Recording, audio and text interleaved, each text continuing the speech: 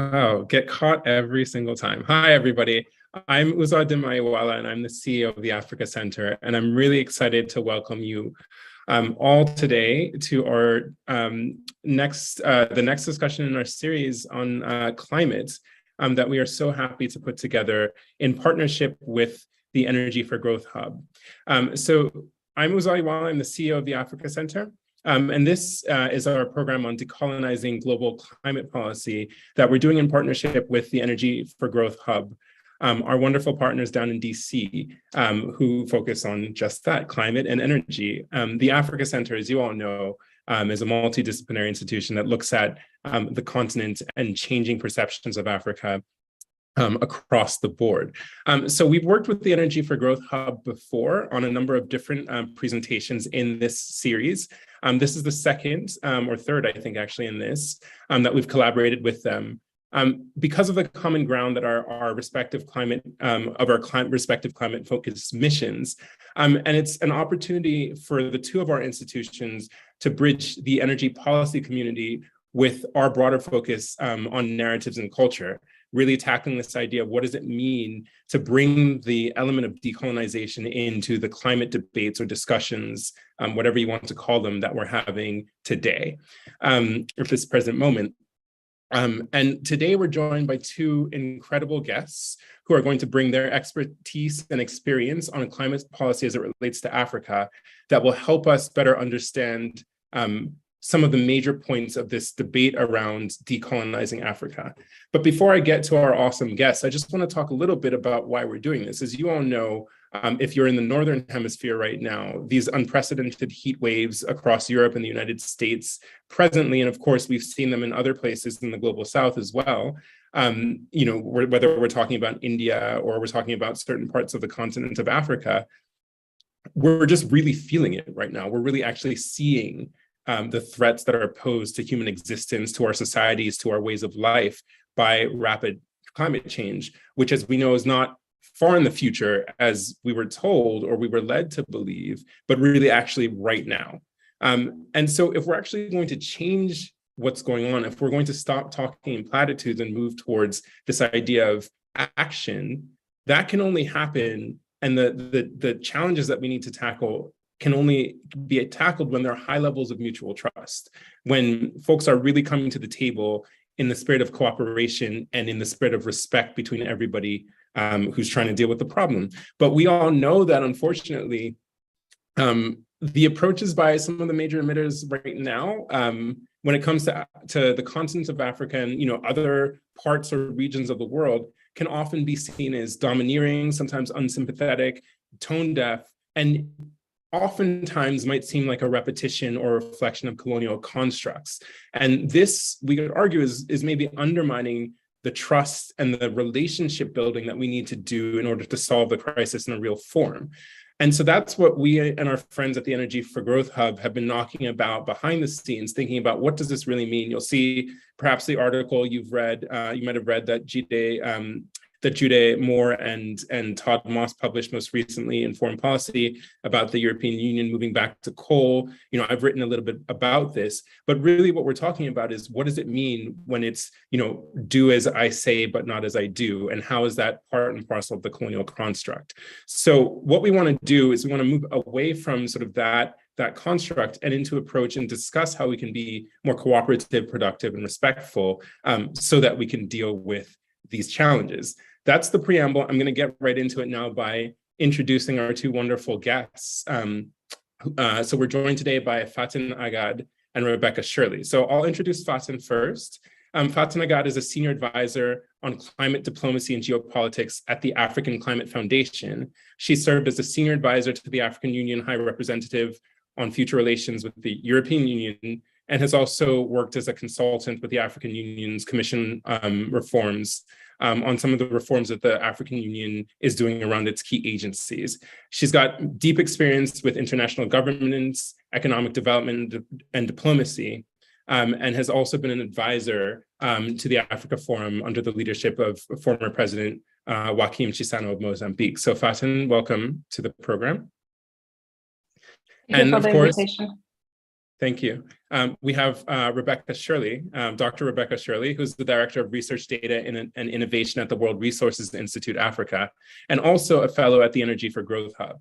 So she was the former Chief of Research for Power for All, and she has earned her PhD in energy resources from the University of California, Berkeley.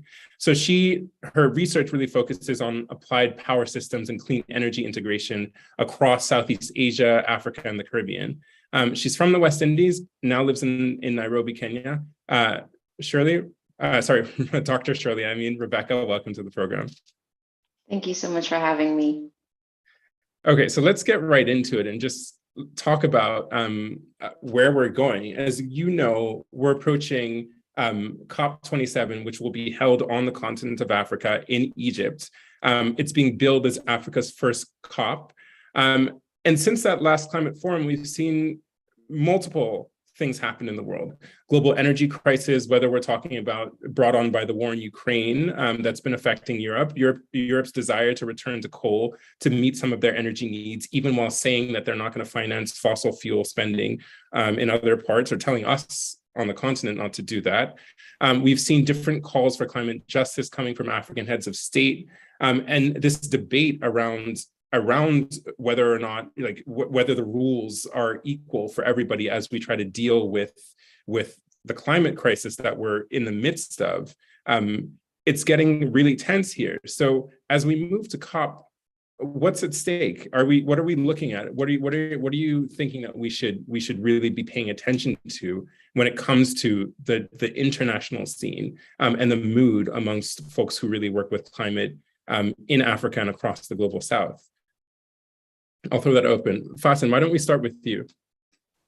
Yeah, well, thanks for that intro, Uzo. I think there are a few elements that will be shaping in one way or another the COP. I think the first one is, these flip-flops that we've seen by the EU in particular, I think raised quite a number of questions in terms of the double standards in the international climate debate and the negotiations. So we are in a situation where I think developing countries in particular will be in perhaps on more solid grounds to ask questions on the sequencing of the transition.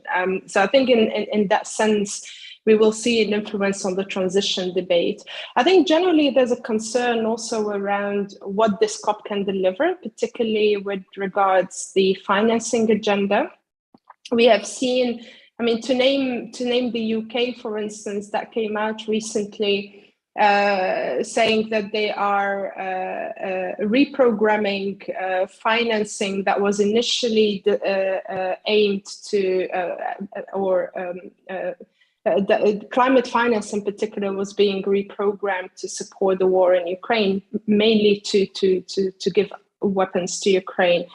And it was put as, or presented to the public as underspent resources, where we're in a situation where we know that climate finance targets haven't been met. And so that's these shifts in the way public finance is being used, I think undermine a trust that was already on very shaky grounds even before this year, but undermines trust in the ability to respond to the financing agenda through public finance in particular. But I think overall, I think we're in a situation, we're in a very delicate situation, I think, with this COP. I think it will, not to be too cynical, but I think it will either make or break the multilateral process. And personally, it reminds me very much, for those who are in the trade sector, of the Doha round negotiations, where we have seen a lot of these double standards playing out and eventually leading to collapse of international negotiations on trade. And I think we are in that risk zone currently with the COP. So the stakes are high, in the words of the famous rap group De La Soul. The stakes is high. Rebekah, I see you nodding your head to a lot of that. What's your take on this? Yeah, absolutely agreed with Fatah. I think there is an angst in the air right now that is well warranted. Trust is at an all-time low, and we said that last year for COP26. So it's at a new all-time low, I think, especially as issues around energy security and the double standards that are playing out with regard to energy right in front of our eyes are so overt. We have countries like Germany, countries like Italy, live actively here renegotiating deals for supplies of gas from Western and Central Africa at the exact same time as talking about limitations to international and public finance that can be directed towards development of these assets for African communities. So, and then at the same time saying, Africa should don't do it the way that we've done it. Africa should skip a generation, go renewables. But then at the same time, the finance for renewables and the finance for clean energy is simply not there. We are 5%, somewhere between 5 and 6% of global international investment flows for clean energy. So which is it? So I think there's a lot of double standard that is being just surfaced in such a visceral way around that. And then you say, okay, well, right. So we may not get those deep emissions cuts from the major emitters, especially given what we're seeing right now in the US around the role of the EPA, etc. Let's talk about the adaptation and the loss and damage. And I think one thing that we fail to realize is that these are conversations that have been going on since the very beginning, right? In 1992, we've been trying to get adaptation and loss and damage on the agenda. And what we saw at the last COP was a punting of that to this year. And during the bond talks that just concluded, we are seeing again that the EU, backed by other rich nations, is blocking loss and damage from being on the official agenda for COP27. And all global South countries, who are constituting 85% of the world's population, are standing united, very united in their demand for a loss and damage finance facility, but it's somehow still not able to get onto the agenda. So Uzo, I think that right away, even just out the door, speaks to some of the ways that our climate policy and the decision-making mechanisms really uphold an old form of power dynamic. And so the angst, I think, is quite warranted because the window of opportunity is really slipping away. The IPCC is saying that it is unlikely in any scenario that we would be able to make a 1.5 degree Celsius target. It's likely to be exceeded by 2030, and we're likely headed to 2.4 degrees Celsius by the end of the century at our current rates. So for an islander like me, you mentioned being from the West Indies, we were very, very clear. We've been at the forefront of the 1.5 degree to stay alive campaign, and we rallied around that from not a point of view of power, but a position of morality almost, and the right thing to do. So what does that mean to a person like me when the major emitters are basically saying, no, it's okay, we're fine to sort of exceed the threshold that would be livable for you and your communities? Let me just jump in there, because I think you made some, both of you just made some pretty devastating points just around trust, and then of course around I think what you're essentially saying is, who is worthy of investment, right?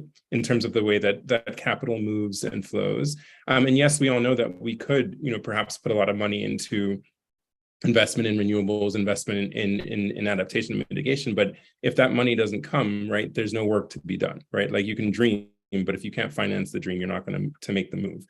But some of these numbers that you're putting out here are a little bit staggering. 5 to 6%. Right, is tiny, right, in terms of the work that needs to be done.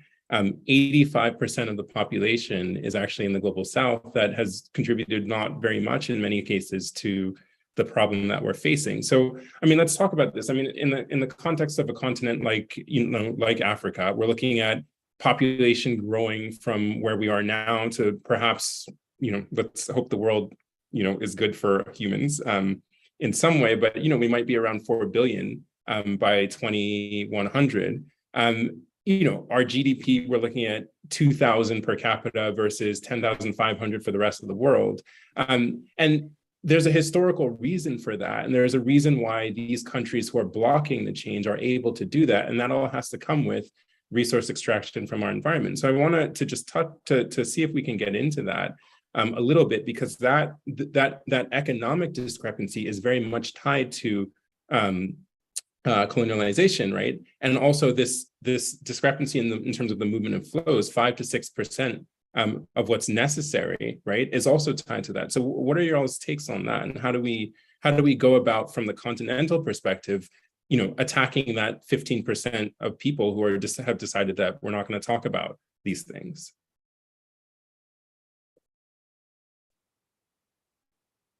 Do you want to go, or shall I? Yeah.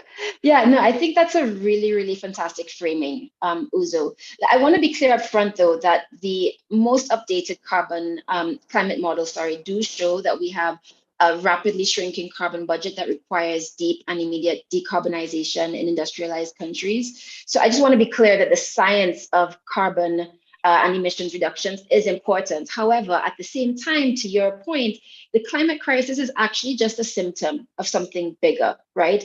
Emissions-based global warming is embedded within a global context of historic, systemic, and growing inequality, which perpetuates deep poverty, which perpetuates resource and labor exploitation, which perpetuates unemployment, which perpetuates unfair distribution of the burden of pollution and emissions. And ultimately, all of that perpetuates heightened social and economic vulnerability to climate impacts. So I say all of that to say that vulnerability is actually a created phenomena. If we take Africa as an example, as you're saying, we're dealing right now where I'm sitting in Nairobi, we're dealing with a major drought right now across the Horn of Africa. And in conjunction with the war, that's causing the price of very basic foods like maize, ugali, which is on every dinner plate in every household across this country right now. It means that we are at a crisis point for food security. And that physical vulnerability is exacerbated by the fact that, as you said, African economies are largely undiversified, depending predominantly on agriculture, a very climate dependent and primary commodity, as well as extractive industries and commodities-based industries. And so you're raising the right question. You're saying, even before we get to the vulnerability part, how did we become so reliant on importing products that we are fully capable of producing, and exporting primary commodities that we're not able to reap value from? And of course, you can even think about how do we get into the situation where all of our labor, most of our labor, 70% of the labor market across the continent is informal. And so these are all questions that we have to ask. And I think when you start asking those kinds of questions, you start to get to some of the more underlying causes, the more underlying challenges. And right now, in the face of those complex and interweaving feedback systems of created vulnerability, our climate policy mechanisms are still focused on the band-aids rather than the wounds. So our fundamental economic power, financial systems are not up for debate. And if anything, a focus solely on technology solutions might lead us down some very dangerous paths. So I think that you're spot on with that. And I see that as a really important space for us to kind of unpack so that we move towards more equity-based constructs of what climate policy means. Faten, I see you nodding as well to this. And let's talk about that, picking up on this constructed vulnerability and equity-based concepts. Like when you think about an equity-based sort of approach to this, how, you've worked in these spaces, you've worked on the AU side and in sort of trying to reform policy. How would you apply some of those approaches to an international context? You've got all these different countries, different constituencies. And yet at the core, again, is this fundamental, as Rebekah said, this constructed vulnerability that we need to focus on.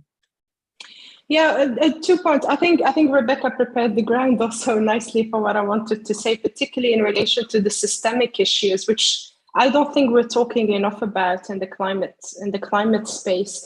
But maybe just to on the current situation, I think in addition to what Rebekah said, I think there's also a flaw in the discussion that assumes that as Africans, we would remain in the current developmental level, so to speak. I think there's a lot of talk of, how easy transition would be, but a lot of that is based on the assumption that we will only replace the current energy access levels. We want to scale it up, and we will not be expanding our industrial capacity that would allow us to, remove the shackles, so to speak, of resource-dependent exports. And I think that needs to be challenged. I think the space to be ambitious about a different developmental model that benefits all Africans equally, that is not based on providing resources to the international community, I think needs to be squarely put on the table. And that has then ramifications on how do we generate even more electricity, more energy to be able to expand our industrial capacity? How do we tackle issues around technology transfer? And I think those questions are not. I think when we speak currently in the climate space, for instance, of the financing agenda, a lot of it remains very much aid-based. And if it's aid-based, I think traditionally aid has always been about geopolitics. I think we need to be clear about that. And therefore, by definition, a big chunk of it will determine what we can do with our policy space. And that combined with unequal international systems around financing, the ability, for instance, for African countries to finance a transition. I mean, Rebecca, you mentioned the FDI issue, for instance, which is not underpinned in facts around the potential in Africa, but it's largely underpinned by perceptions of risks in Africa, which are often unfounded. The fact that our countries cannot access, like other high-risk countries, capital at a low cost is part of this structural structural issues in the financial system. The fact that we can't, borrow without exorbitant interest rates, which are currently increasing because of the current situation, is part of that systemic problem. And so I think the challenge for us as a continent is to also, how do we move the discussion from providers with international finance to how can we actually fundamentally reform the international financial system? And I think there are some there is scope, I think, currently, a window of opportunity that we need to size. But I think that opportunity needs to be sized, because the risk of continuing in the current model, I think, are quite high. And that's what the current discussion, I feel, forces us to remain.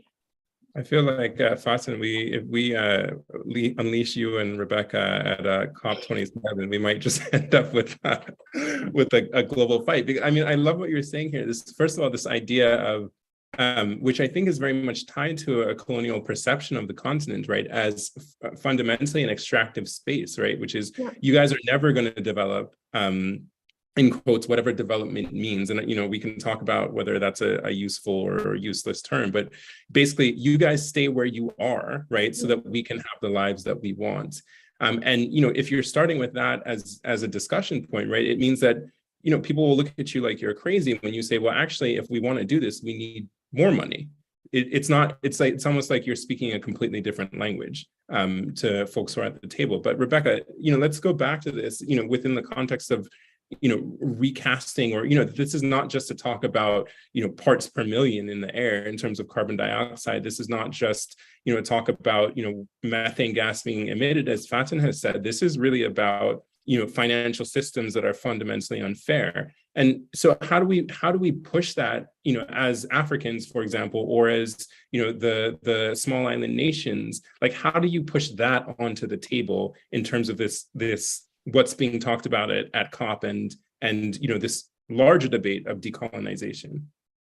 I want to pick up right where Faten left off on reforming international finance, because as you pointed out, Uzo, the imperialism that's inherent in climate policy is not just on the emissions reduction side. And one thing I always like to give this anecdote, the irony for me is that it's always framed as though Africa and the global South is asking for handouts from the West when it comes to finance for clean energy or finance for adaptation. So while we are fighting for this 100 billion that was promised for adaptation and being told to wait, and even as we're fighting to get finance for loss and damage onto the table, the United Nations has estimated recently that some $90 billion per year leaves the African continent through illicit financial flows to the West. So by that, I mean capital flight. I mean, underinvoicing for commodities, largely through the extractive industry. So if we just come back to our basic numbers, that Africa needs approximately 200 billion a year to implement its sustainable development goals. And half of that 200 billion is actually with Africa, but leaves Africa to the West. I give that anecdote because it makes it so clear about why addressing and reforming things like the international finance and economic system are so important, we could actually be moving faster than we are now. People tend to think, oh, if we talk about those things, we're going to slow things down. We can actually be moving faster if we address some of these things, and the fact that we have so much leaving the continent that could be used locally to service our own adaptation needs. And that's just plugging one hole in a system, right? If we just focused on international finance and illicit finance flows, we'd be solving half of the financial need on sustainable development goals. But it gets back to your issue around the framing and why we need to reorient some of the fundamental issues in what we're trying to address. Yeah, I think it's wild, and I love that you brought up that number, because I was just talking with a couple of other people the other day, and someone mentioned to me, they were like, you'd say 100 billion for climate, and everybody was like, whoa, whoa, whoa. Somehow, some way, people found $100 billion for Ukraine just like that. And, these are, in a sense, you could say they're not comparable positions, but they are in a sense, which is like, this is a matter of life and death for so many people. And it's not a matter of life and death in the future, it's a matter of life and death now. The knock-on effects of that conflict are hitting people who have nothing to do with that conflict. And, like the knock-on effects of climate change generated by folks in the global north are harming people who have nothing to do with the generation. And you can find money for one thing, but you can't for another. And a lot of that, I think, has to do with this mentality. Who is a person and who is not a person? And like, how does that factor into the discussions that we're having? I mean, I really hope you all put these things on the table, because people need to hear, right? They really, really do. I want to just move, because we've talked about this a little bit just in terms of reforming a system. So it's not just, oh, look, we need more money here, that people are begging for handouts, all that sort of stuff. This is really about speaking about the need for reform and actually acting as a bloc to push those reforms. And this is one of the tricky issues within the sort of debates, where one group of people perhaps have consolidated all the money and all the power. How do you suggest folks go about breaking that dynamic, right? It's not just, let's talk about what the dynamic is. It's about, how do we break that dynamic? What do we need to do, in terms of the global South? How do we enhance our negotiating positions? What can we do? Faten, let's start with you on that. Yeah, I think there are a few options. I think the first is, obviously, I think we need to keep the pressure on the narrative reframing along the lines that Rebekah suggested. I think there are also other policy instruments that are outside of the climate, largely being negotiated outside of the climate space, but with a huge impact on the climate debate. And I wanted to give one example. The European Union is introducing from next year what it calls the carbon border adjustment mechanism, which is basically a carbon tax for all imports entering the European Union, and which, by the way, will affect African countries disproportionately. It's a tool that was introduced to discourage competition, basically, from China, but it's ending up, in fact, largely impacting Africa, where we have countries like Mozambique potentially losing 1% of their GDP just because of this measure. And the EU introduced it with the idea that it would collect, it's expected between 2026 and 2030, a total of 40 billion euros of income just from that.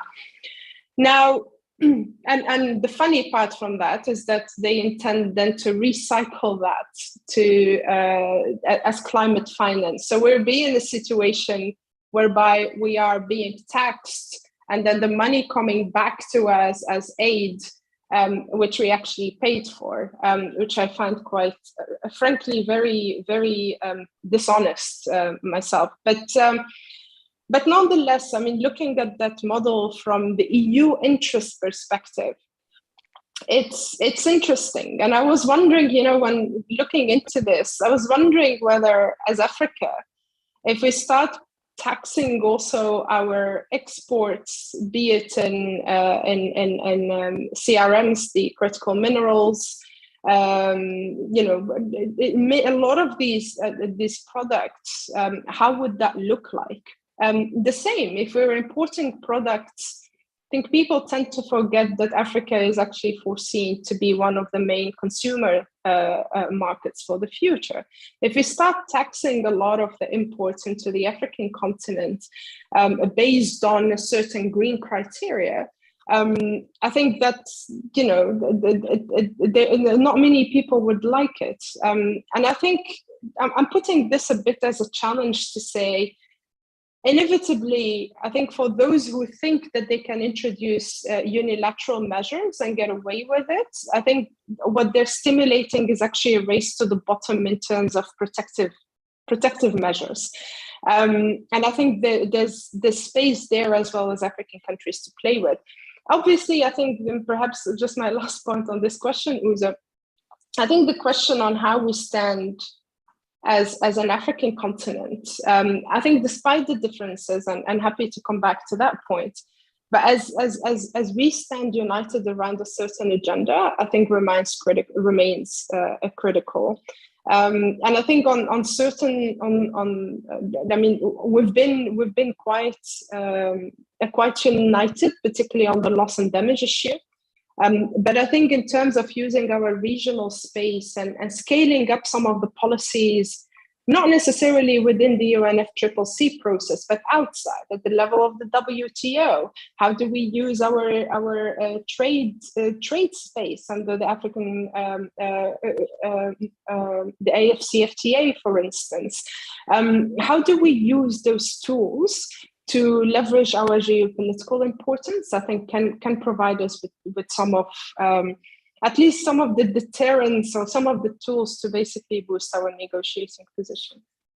Right, and I love what you're saying, which is that oftentimes when folks get into this decolonization question, right, it can feel like there's a lot of lamenting, right? Like, oh, the positions are so, you know, there's such a differential, et cetera. But in reality, what you're saying is, there are tools that exist in the international system.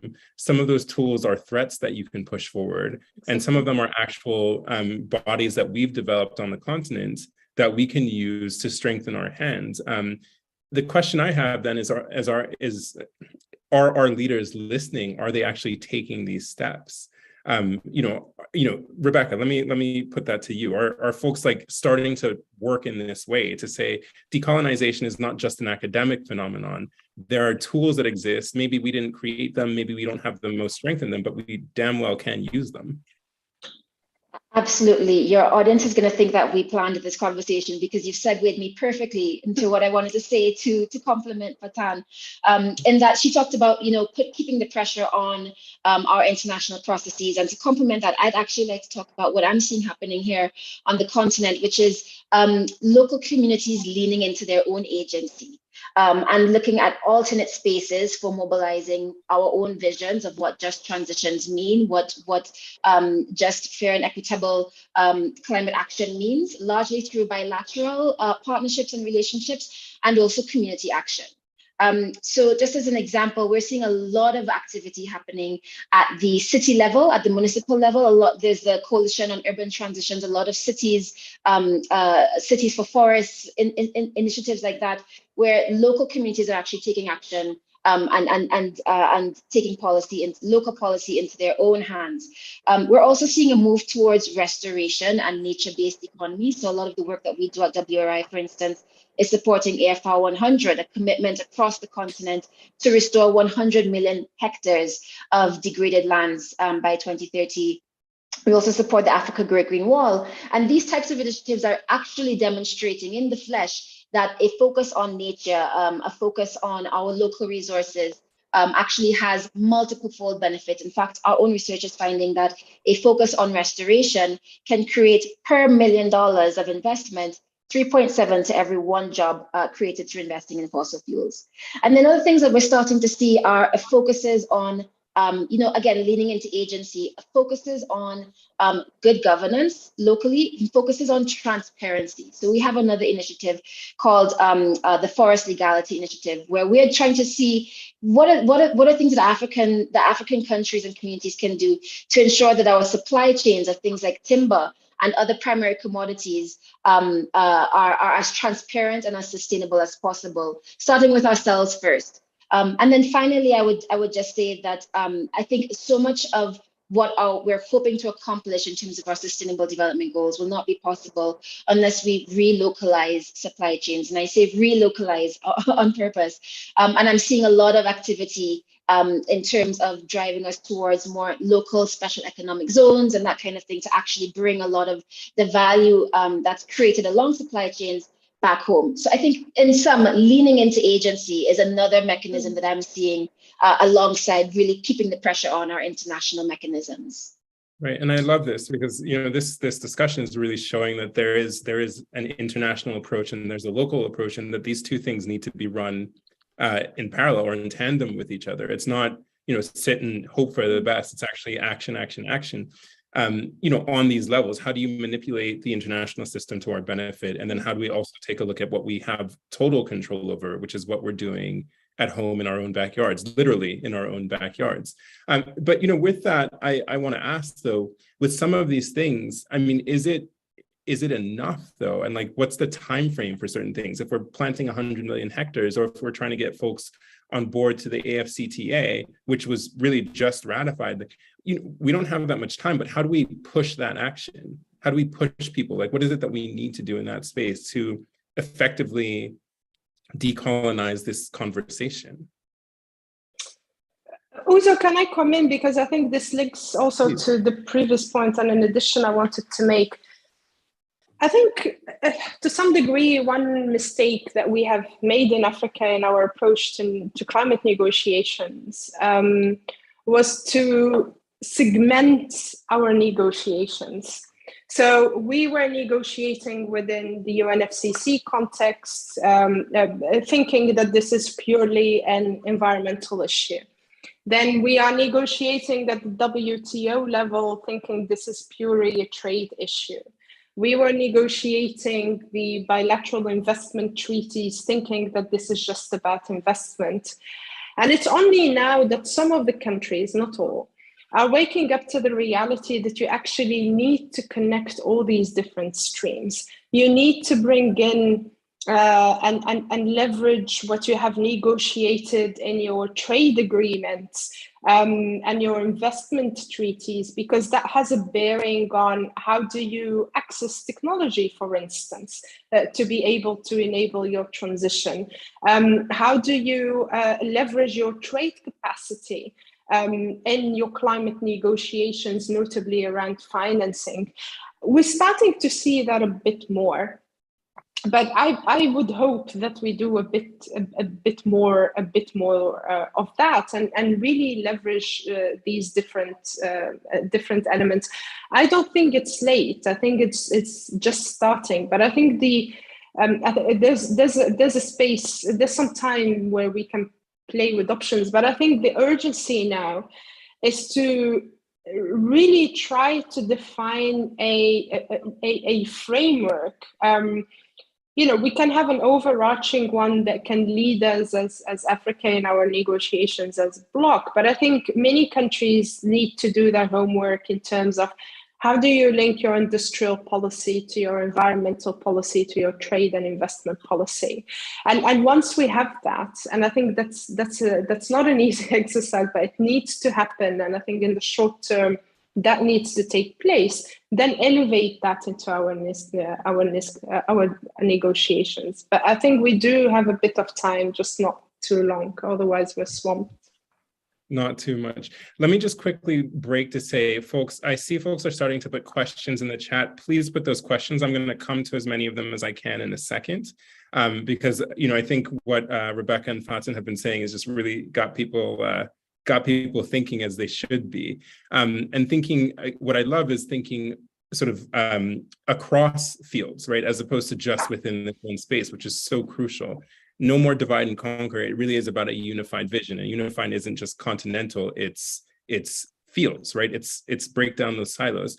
Let me just ask you, because this is related to that. And I think my team, and I'm sure the folks at Energy for Growth Hub would be remiss if I didn't ask this question, which is about research and the academy. So much of the research, and this is part and parcel of maybe the colonial aspects or lingering colonial aspects. When we talk about who's writing the reports, who's producing the papers, we don't see as many African or global South folks as we would like to. So how do you all think about that in the work that you do, given that you straddle policy, academia, and you're producing these papers? How do we bolster that scholarship and get those ideas? There might be some fantastic alternative ideas that are coming out of young folks on the continents that we're not seeing. What's your approach to that?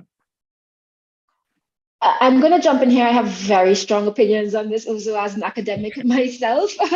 But you're asking a good question. How would we actually develop plans for true, real adaptive capacity at the level of individual water basins when we have so little local data, so little local analysis, so little local projection to work with? The stats that I remember reading were that of the 1,300 top climate scientists in the world, 1,300, less than 10 of them are from Africa.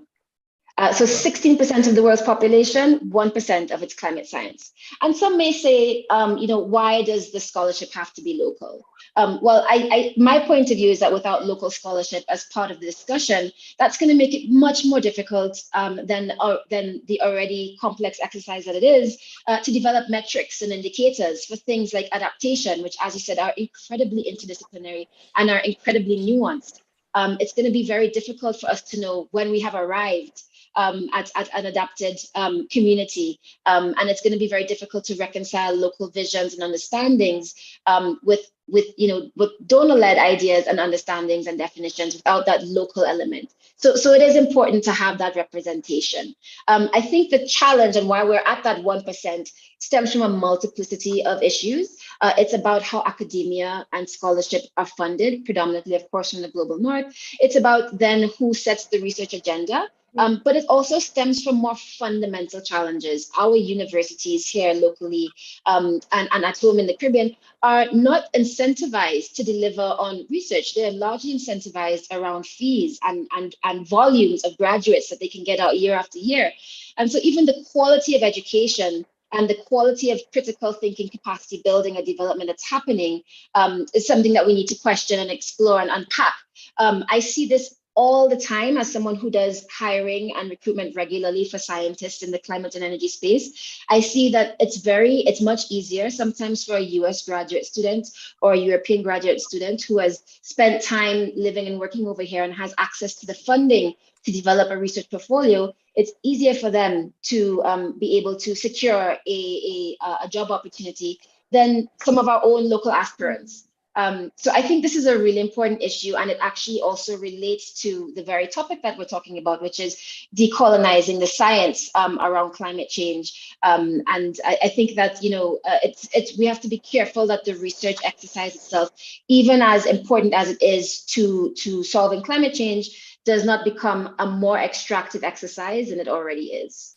I think that is a very good point. Faten, I'll turn to you actually with a question from the. Unless you want to tackle that, I think. Yeah, I would love to. I'd love to tackle this question because I also feel very strongly about it. And I think, frankly, moving ahead, I mean, we were talking, I always see local relevant research working in tandem with narratives and negotiations. I don't think it's a standalone. I think there's an issue across the board with the way in which academia, but not only, the way in which advocacy and campaigning works, the way think tanks function, that we are at a disadvantage here. And I think Rebekah said it, I think we need to also look at how can we develop that within the continent. And I think moving ahead, unless we do it, we would be in a difficult situation. To give you an anecdote, I was sitting recently in a meeting on data. And many of you would recognize the statement that the price of renewables dropped drastically, and that makes the business case then for the transition. And so I kept on asking, when it comes to Africa, what's this data based on? And depending on the set of data, I had two answers. One, that it's based on India and China as proxy for the developing world. It doesn't apply for Africa, as we know. And the other one is that the data on Africa is only taking South Africa as a proxy. Again, it doesn't apply for us. So and the reality, and data is now starting to come out, is in fact, if we take wind energy, the cost in Africa is in fact the highest in the world. It hasn't dropped in price as much as in other regions. And so to me, this demonstrates why the data is important. But I mean, we've made it at the African Climate Foundation as a core mission to in fact help develop this ecosystem. And I think the thing is not that there isn't expertise. I mean, the approach that we have taken is more, how do you bring experts in governance into the climate field? How do we bring experts in development finance into the climate field, economics into the climate field? And that's the challenge, because those communities exist, but it's a matter of boosting them and bringing them into this space. So that's actually a great way to bring up, I think, a couple of questions that have come up from some of our attendees. I think Mame had asked this around narrative, and I think this was also asked by Sarah Jane as well. This idea of linking narrative and some of the perhaps more economic policy related aspects of what we're doing. Now, obviously, thinking about what is it that our research in and of itself is creating or setting a particular narrative. I think, Faten, you started touching on it. Like, how do you bring those voices into this negotiating space? Like, what are the, what ways? I mean, we see all these campaigns across the Western world or in the global North. How would you guys approach that? I think Faten started to allude to an answer to this in her previous answer when she was talking about the need to rethink the way that we do negotiation. Fun fact, the Africa Group of Negotiators, which is our lead body of negotiation into the COPs, was actually, and Faten can fact check me on this if I'm wrong, but it was established through the UNFCCC process rather than the Africa Union, say, or local government saying, we need to have an ambassadorial and negotiation community that represents us. And so even the way that we think about negotiation, the way that we think about climate from an African context, oftentimes we say, oh, this is not an issue that pertains to us. We didn't cause this problem. It's not our issue to focus on. But I think as we're starting to see from this conversation, it touches on everything. And so figuring out ways to nuance our very definitions, our very understanding of climate and climate negotiation, I think will then naturally mean that we have to look to our local experts, our think tanks at universities and where the expertise does sit to provide advisory. We'll need advisory on finance, we need advisory on economics, advisory on governance, advisory on the science of climate, advisory on the science of forests and energy and cities and transportation.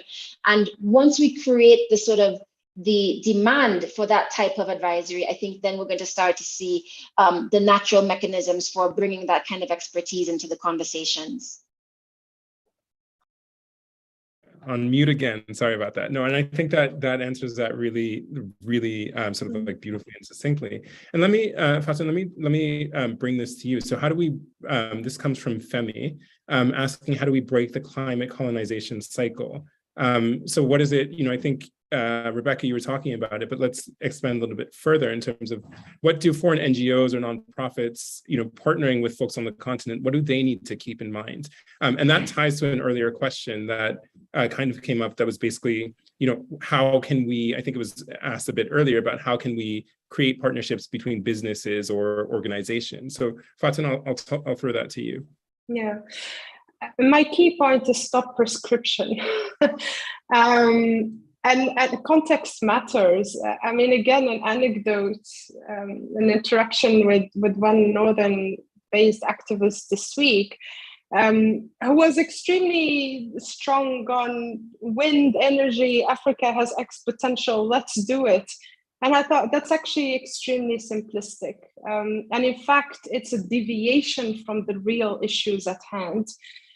Yes, that would be ideal, but I think campaigning, had they spoken properly to local actors and have they properly been connected to local stakeholders, they would have known the reason why that hasn't happened.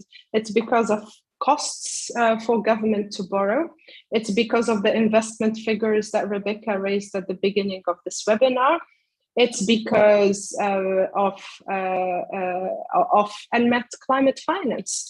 And so if anybody is serious about supporting Africa, it's focus on the right issue.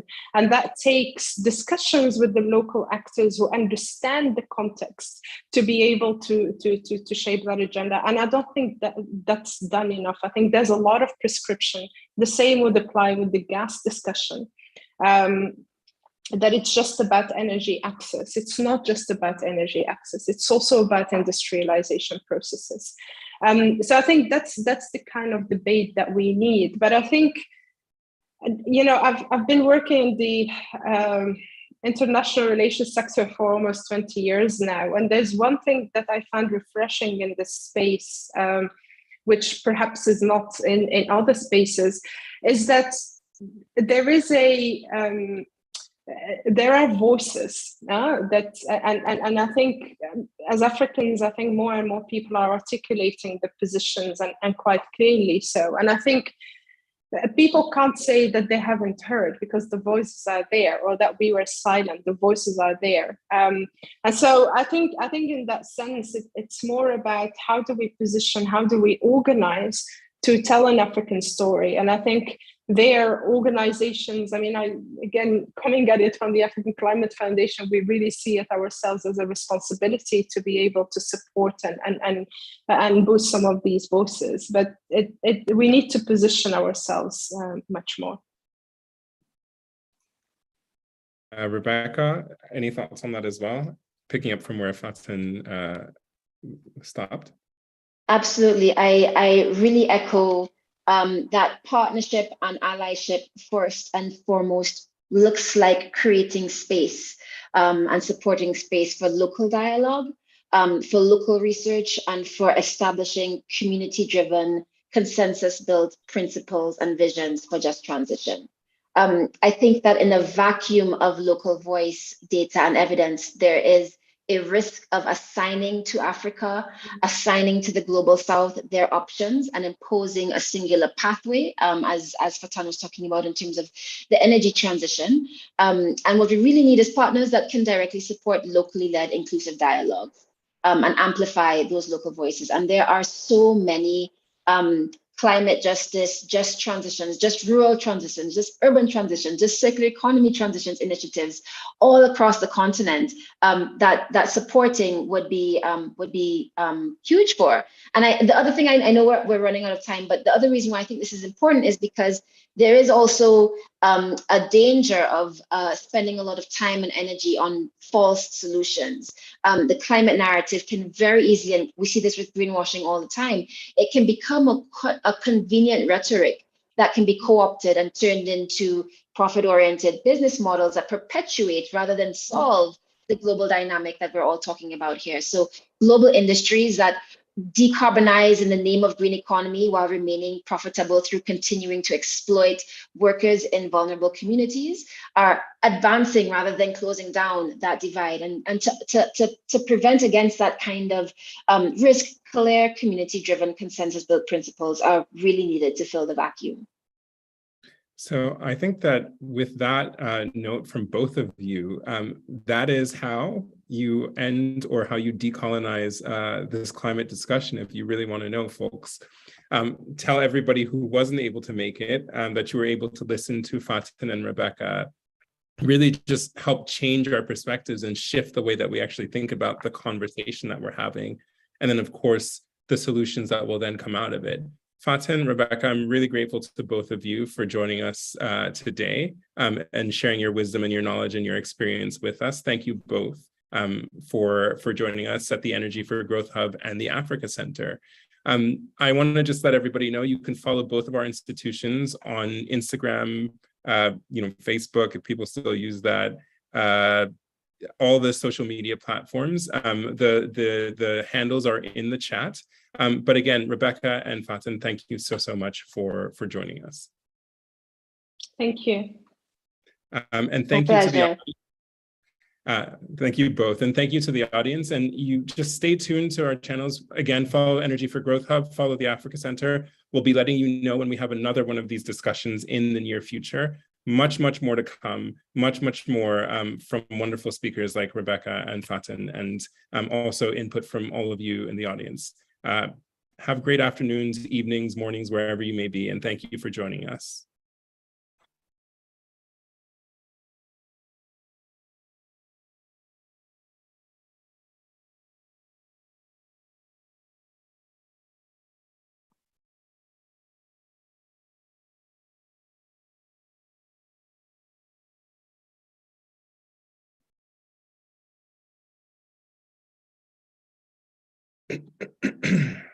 Yep.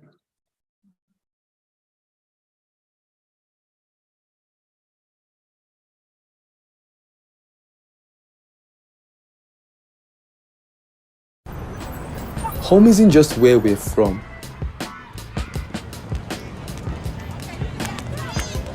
It's the sounds that move us, the stories that shape us,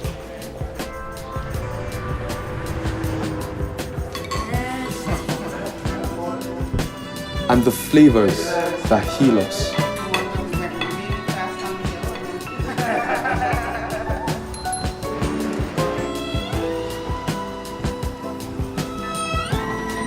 It's the communities that connect us,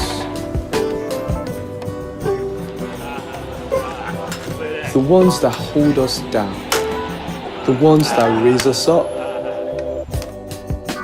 Home is a feeling we all know. So if you're looking for it, you can always find it here. The Africa Center. Home is here.